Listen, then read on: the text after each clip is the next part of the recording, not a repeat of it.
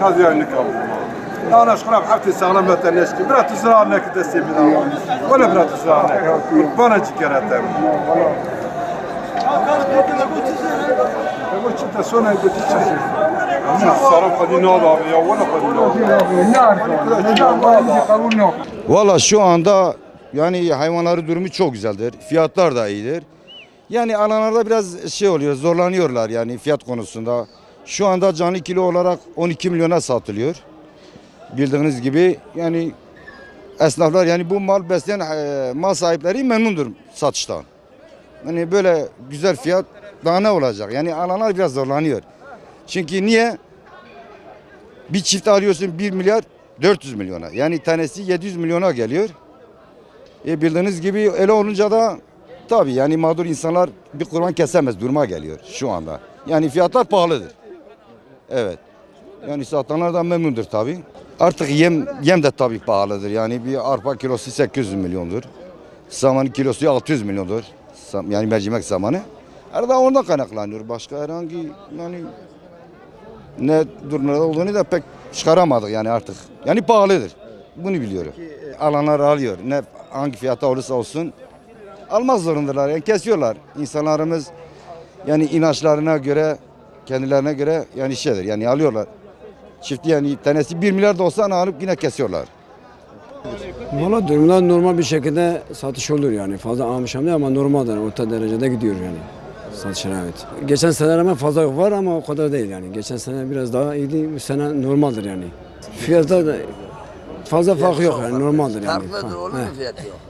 Farklıdır. Biraz fark var tabii. Geçen sene rağmen biraz fark var. Valla bu Türkiye genelde bir sistemdir. Bir sene bakıyorsun taban yapıyor. Bir sene bakıyorsun şeydir. Biz bilmiyoruz artık. Bu hayvan kısıtlığı var yani Türkiye'de herhalde. Ondan dolayıdır artık biz de bilmiyoruz yani. Valla zaten Diyarbakır'ın hayvanı hepsi seçmelidir. Hepsi zomdur yani. Kötü hayvan yok burada pazarda. Hepsi zom maldır yani. Yerli maldır. Hayvanlar hepsi seçmelidir yani.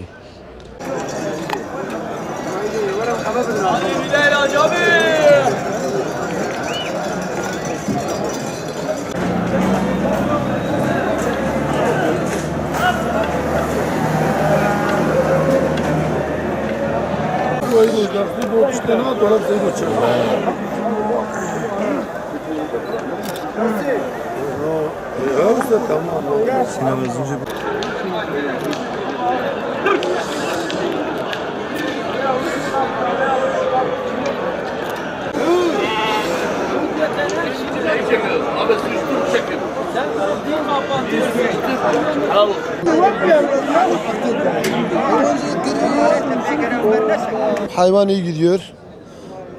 Ondan sonra kurbanlık da iyi gitse iyi olur.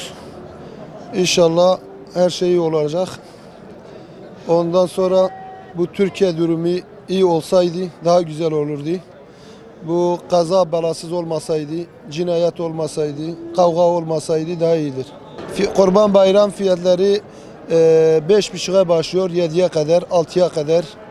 Canlı kilo 16 milyondur. Canlı kilo.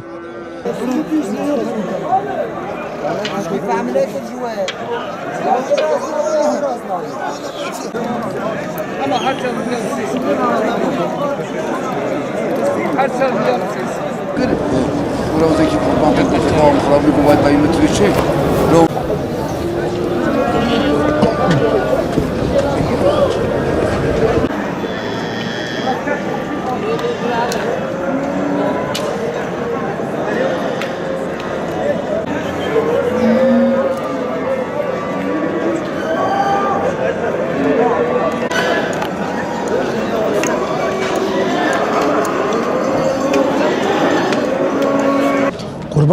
hazırlığında yani aynı her yılki gibidir. Yalnız bizim esnaflarımız çok mağdurdur şu anda.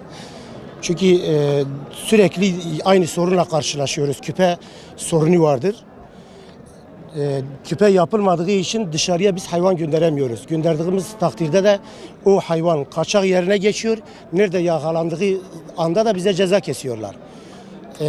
Bu ceza yapıldığı zaman da zaten biz 10 yılda çalışsak o cezayı ödeyemeyiz. Ve şu anda bizim devletimizden istediğimiz tek şey bu küpenin serbest bırakılması. Küpeyle ilgili bir sorun yaşamamak istiyor. Düşün bak, şu anda bakıyorsun bir tane hayvan küpeli yok. Siz kendiniz de gülüyorsunuz ama dışarıya gittiği zaman da siz niye hayvanları küpelemiyorsunuz diyor. Serbest bırakın, küpeleyelim yani. Onların mı gelip küpelemesini istiyorsunuz? Tabii onların gelip küpelemesi, ya serbest bırakıp biz gidip başvurup küpeleriz yani. Şu anda 3000'den başlıyor. Bir dana 3000'den başlar, 10-15 bine kadar vardır yani.